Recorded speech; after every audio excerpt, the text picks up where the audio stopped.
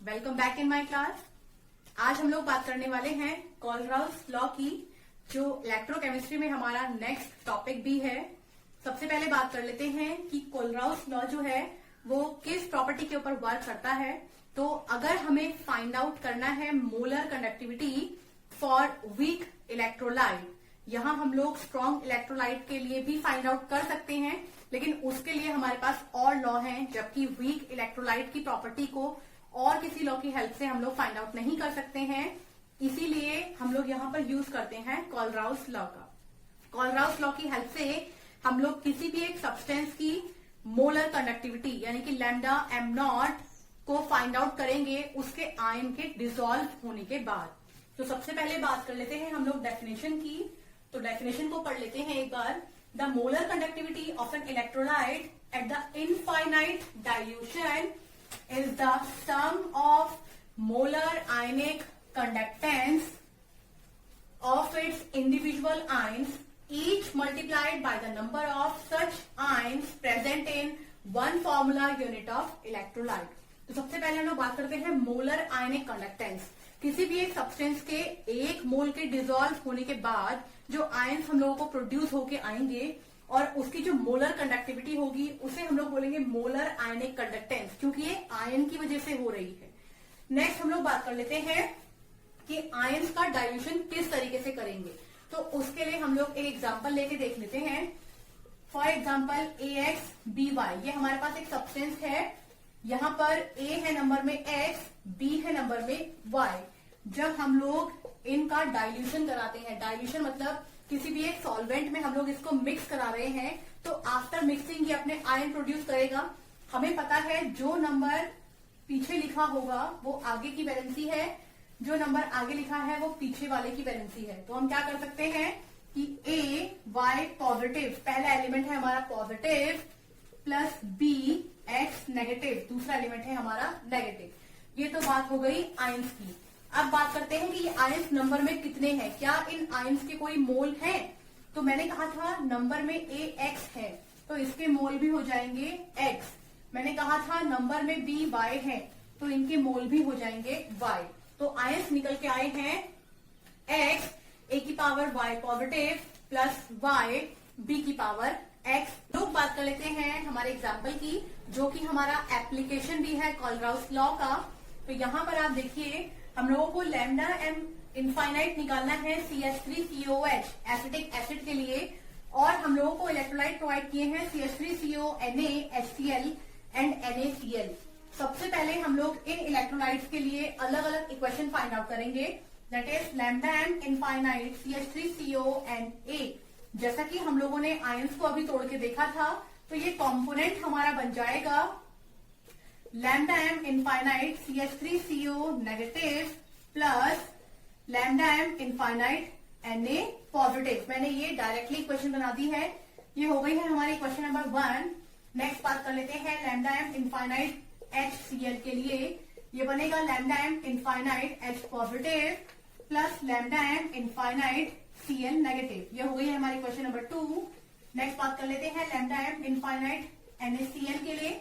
Equation बनेगी lambda M infinite Na positive plus lambda M infinite Cl negative. ये हो गई है हमारी 3 इक्वेशन। अब हमें यहाँ पर देखना है कि वो कौन सी इक्वेशन हैं जिनसे हम लोगों को CH3COH मिल पा रहा है। हमें पता है ये टूटेगा CH3CO नेगेटिव H पॉजिटिव। तो हमें ये दो आयन देखने हैं किन दो इक्वेशन में मिल रहे हैं।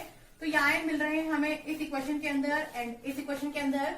यानी कि अगर मैं इक्वेशन नंबर 1 को 2 में ऐड कर दूं तो हमारे पास ये दो आयन निकल के आएंगे। साथ ही साथ अगर फर्स्ट को सेकंड में ऐड करते हैं तो ये दो कंपोनेंट भी ऐड होंगे। हमें ये नहीं चाहिए यहाँ रिएक्शन में, तो हमें इनको रिमूव करना है। तो हम क्या कर सकते हैं कि थर्ड इक्वेशन में NaCl जो बन रहा है उसको सब्सट्रैक्ट कर दें। तो हम क्या करते हैं लैम्डा एम इनफाइनाइट CH3COH हम लोगों ने इक्वेशन नंबर 1 यानी कि lambda M infinite CH3COO Na इस इक्वेशन को ऐड किया है लैम्डा एम इनफाइनाइट HCl में और रिमूव करवा रहे हैं हम लोग लैम्डा एम इनफाइनाइट NaCl को। इक्वेशंस को देख लेते हैं एक बारी। लैम्डा एम CH3CO Na बनेगा lambda M infinite CH3CO negative plus lambda M infinite Na positive.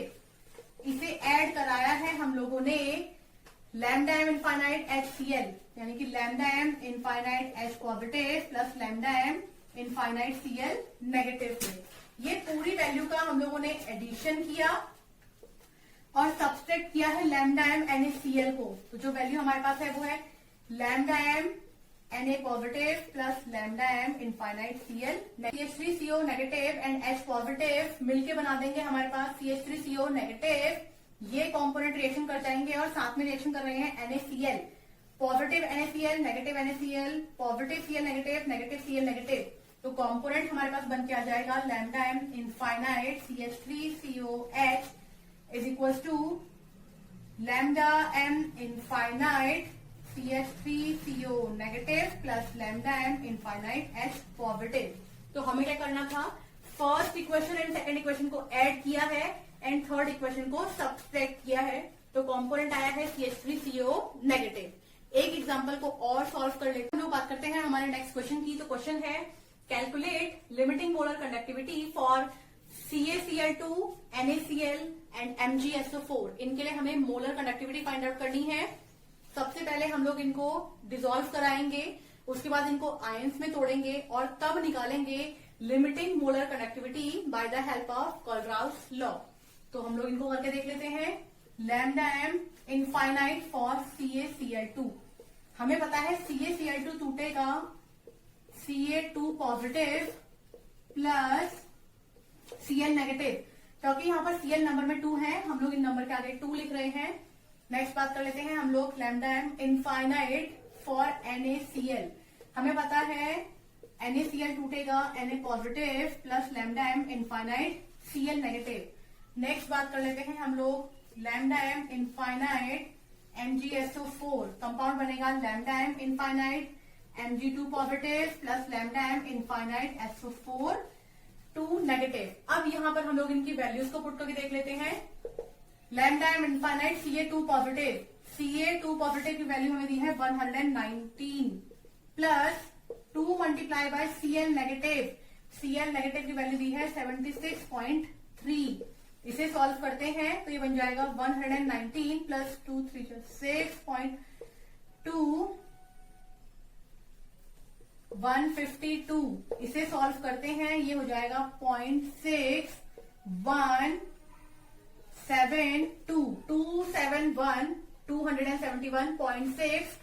Cement centimetre square mole inverse. तो ये आया हमारा आंसर फॉर CaCl2। नेक्स्ट बात करते हैं NaCl के लिए। Na पॉजिटिव की वैल्यू दी है 50.1 प्लस Cl नेगेटिव की वैल्यू दी है हमें 76.3। तो ये आंसर हो जाएगा हमारा 4 6 12 126.4 cement centimetre square mole inverse. Next हम लोग बात कर लेते हैं लैम्डा एम इनफाइनाइट MgSO4 के लिए। तो Mg2 पॉजिटिव की वैल्यू दी है हमें 106 plus lambda M SO4 2 negative की वैल्यू हमें दी है 160।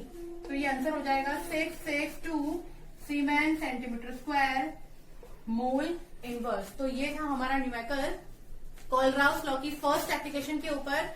अब हम लोग बात करते हैं कोलराउस लॉ की सेकंड प्रॉपर्टी, सेकंड एप्लीकेशन। हम लोग बात करते हैं हमारी नेक्स्ट प्रॉपर्टी जो कि है कैलकुलेशन ऑफ डिसोसिएशन कांस्टेंट।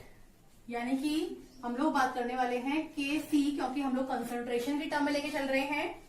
एक जनरल रिएक्शन इसके लिए बना लेते हैं हम लोग, that is AX by at the equilibrium by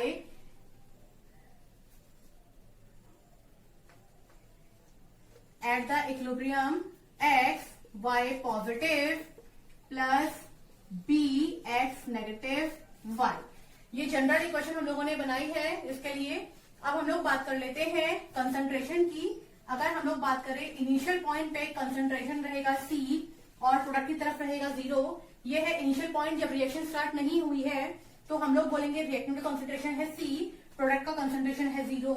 अगर हम लोग बात करते हैं इक्विलिब्रियम पॉइंट पर, तो हम लोगों ने कुछ अमाउंट अल्फा यहां से रिड्यूस किया है और ऐड किया है प्रोडक्ट साइड में, साथ में लेके चलेंगे इनके नंबर ऑफ मोल्स। अब बात कर लेते हैं इक्विलिब्रियम कांस्टेंट की, that is Kc is equal to हो जाएगा कंसंट्रेशन ऑफ x अल्फा की power x y c alpha की power y divide by c 1 minus का अल्फा।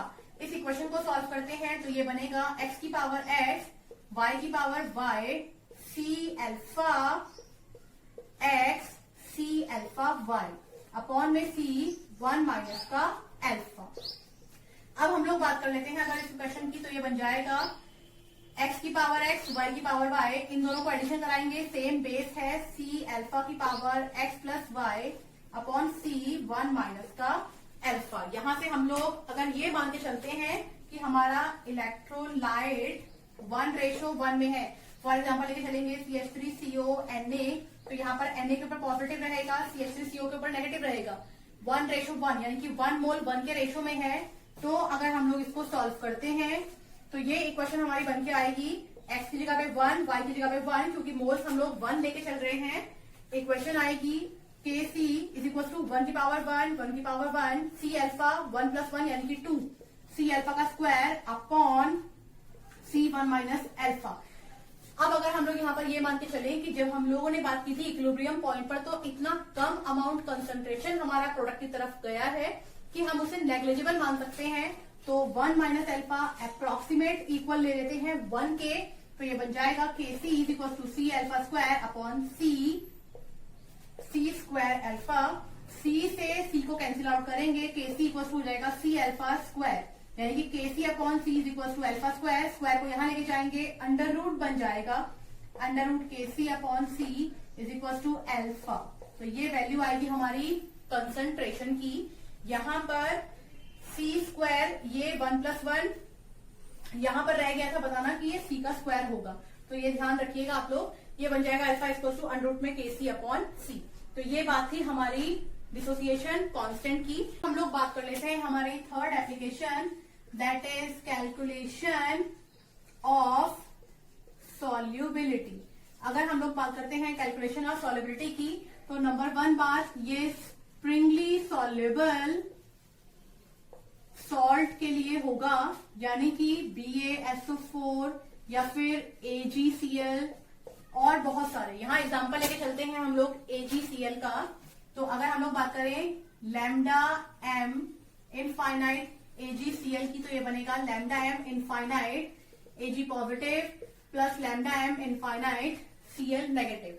अगर हम लोग इस तरह बात करते हैं मोलर कंडक्टिविटी, तो हमें पता है lambda m is equal to होता है कप्पा इंटू 1000 अपॉन कैपिटल। यहाँ molar conductivity is equal to रहेगा सॉल्युबिलिटी के, तो हम लोग कह सकते हैं S इज इक्वल टू हो जाएगा kappa into 1000 upon capital M। अगर हम लोग यहाँ बात करते हैं इसकी यूनिट की, तो ये रहेगा मोल पर लीटर, और अगर हमें यही वैल्यू को लेकर के आना है, यानी कि इसकी यूनिट को लेकर के आना है ग्राम्स में, तो इस पूरे टर्म को हमें मल्टीप्लाई करना पड़ेगा बाय फॉर्मूला वेट। तो ये बात की हम लोगों ने different types of applications of Kohlrausch law and Kohlrausch law के बारे में। आगे आने वाली वीडियोस में हम लोग और कुछ टॉपिक के बारे में बात करेंगे। आज के लिए इतना ही, थैंक यू।